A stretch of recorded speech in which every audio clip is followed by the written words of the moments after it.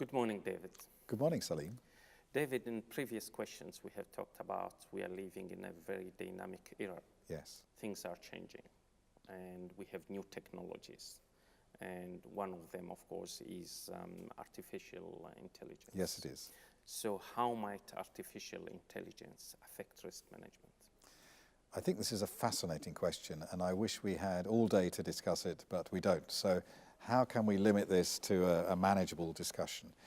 First of all, there's a lot of misunderstanding about artificial intelligence. It is not automation. Yes. It is not using computers or robots or machines to do the routine tasks that people do. These are applications. Yes. So that's not artificial intelligence. So of course we can have automated ways of recording and reporting data. We can have, simple use of Monte Carlo simulation is an automation, and you have a computer doing what 30 years ago somebody would have to do with a calculator and a slide rule and a lot of paper and pen, to try and do some kind of simulation.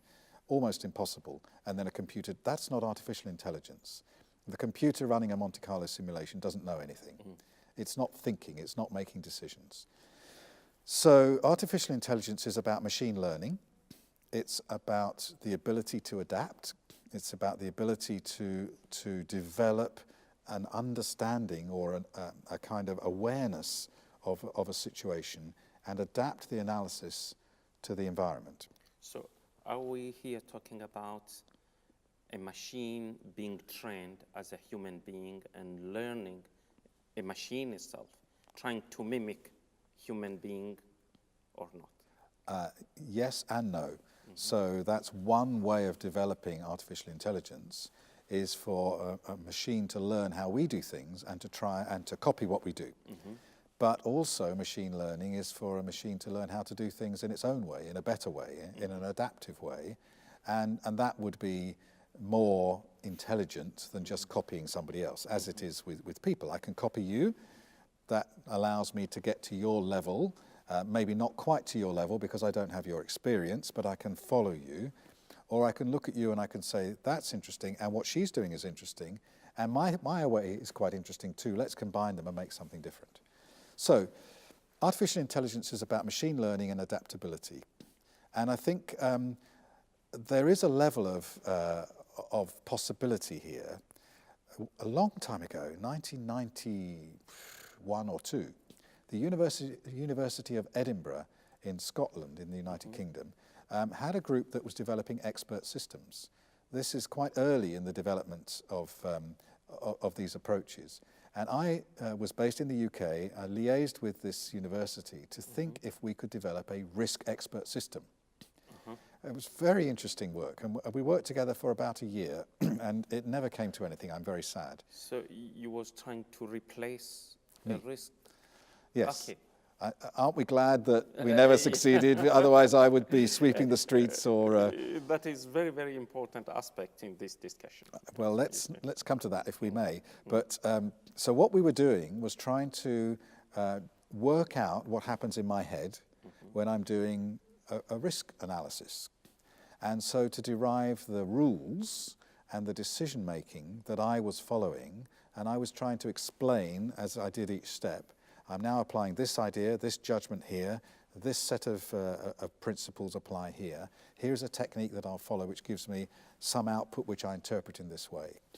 And it was very interesting trying to, we talked about thinking to work out what I was doing.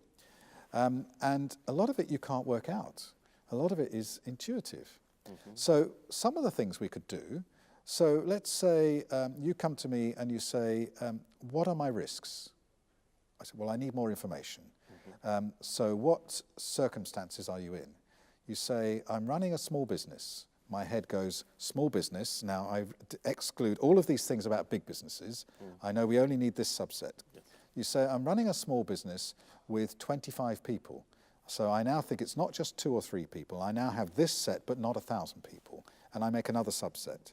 And we're in the IT sector. Okay, immediately another cut. And we're developing applications to go on mobile phones. Oh, okay, here's another cut.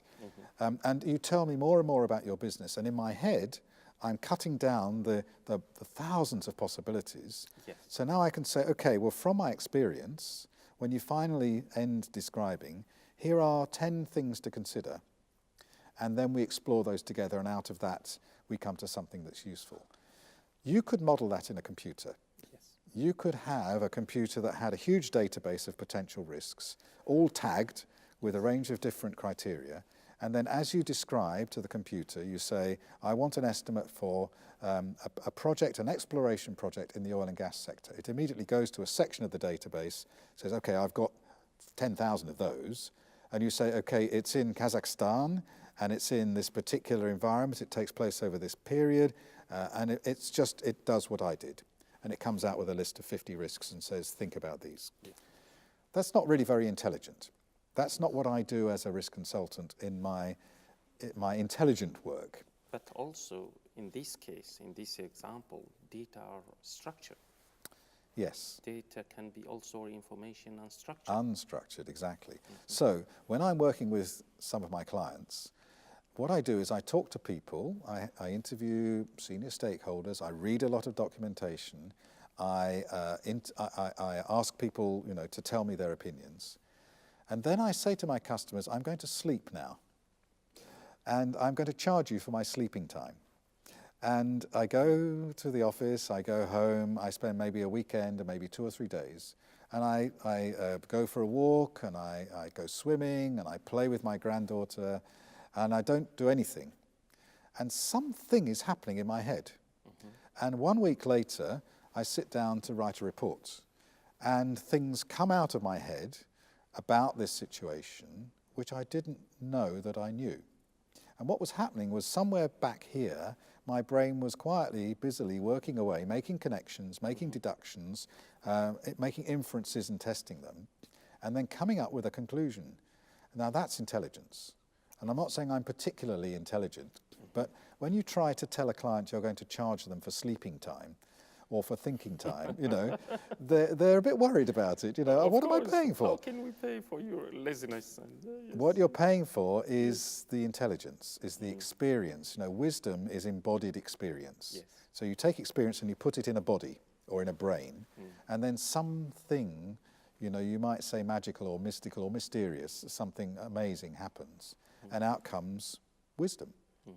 And I don't know how it happens. So when I talk to the University of Edinburgh scientists in the expert system department, and they say, how did you do that? I said, I went to sleep for 2 days. I didn't think about it, and the answer emerged. Well, they can't model that. Yes. So if we can get to the point where machine systems can find out how to do that, then they might make an interesting contribution. So until then, we need people to do that part of it. But they're beginning. I think artificial intelligence systems are emerging, which can look at, you look at big data. Yes. And data mining. Yes. And what they're doing, it's like my process of interviewing 10 or 20 people and reading 50 documents and getting all this input and then going to sleep or going for a walk. Yes. They have access to millions of data points. Yes. And they look at all of that, and they don't sleep, but they apply multiple algorithms and connections and groupings and and various regressions and so on, correlations. And they deduce and test and go back to the data. They're doing what I did, but on a much bigger scale. Yes. And so the data mining is the beginning of that process. Yes. The question is, can they do the last step? Mm-hmm. Can they mine the data, spot the connections, and then use that to produce a useful conclusion? Mm-hmm. At the moment, I don't think so. Yes. But they could present to a human an analysis of big data that says, here are, I would say 10 things are the most we can think about, 10 things to consider.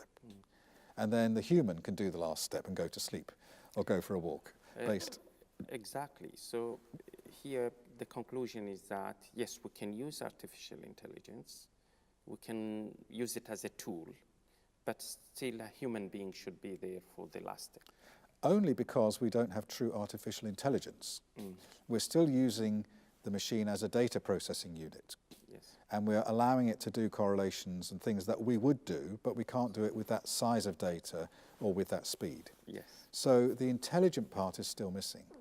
What we need is then to be truly in the AI space is the ability to make inferences, to learn, say, I tried that, it didn't work, I'm going to try something different, I'll never do that again, or not in these circumstances. And then to have a learning cycle within the overall machine. And I think we are getting there. Certainly in some areas there is some interesting development. Yes. But at the moment we don't have the truly intelligent part. They're just mass data processors, I think. How long it will be before we get there, I don't know. It could be 2, 5, 10 years, not so far away perhaps, but not yet. Yes.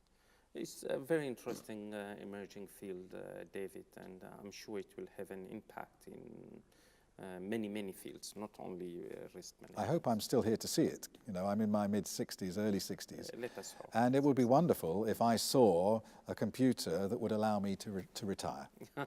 Until then, I'm having lots of fun. So interesting. Yes. Because the whole issue is that with the artificial intelligence is that going to replace us? Yes. In terms of robots and other applications, because then we'll be sitting just watching, so the robot can do a lot of jobs, and then we'll be talking a lot about unemployment. We just go fishing, or yes. Well, I don't think so. You look at all of the other industrial revolutions there have been, and people have been displaced, but new technologies have come. We need people to program our AI machines and to maintain them. We need people to invent new applications and developments of those things. There will be new things that come along in terms of renewable energy conservation, maybe carbon capture. You know, whole new industries will emerge that we haven't thought of yet. Exactly, I'm sure. Even with, let us imagine with robots, who is going to maintain them? Exactly. Repairing them and building them. And so, yeah, there'll be new type of jobs emerging. And then you have the worry of science fiction that the computers repair themselves, they produce themselves, they learn from each other, and they leave us behind. And I wonder, there are different views in the AI community. Yes. Some see the doomsday when the computers take over and kill us all because they don't need us anymore. And others say that is just, that can't happen. Yes. And obviously it depends on, we talked about the values and beliefs of society and nations. If we have forward-looking people who see this coming, we can build the safeguards in, and we can be alert enough to pull the plug whilst we still have the chance. But it's a very, very interesting field. Exactly. But at the end of the day, human beings are in control. We are the one who will decide which direction we want to go. We are today. If artificial intelligence really becomes intelligent, then maybe they become in control. And then we're in the science fiction scenario. Maybe. Wait and see. Yes. Thank you, David. Thank you very much.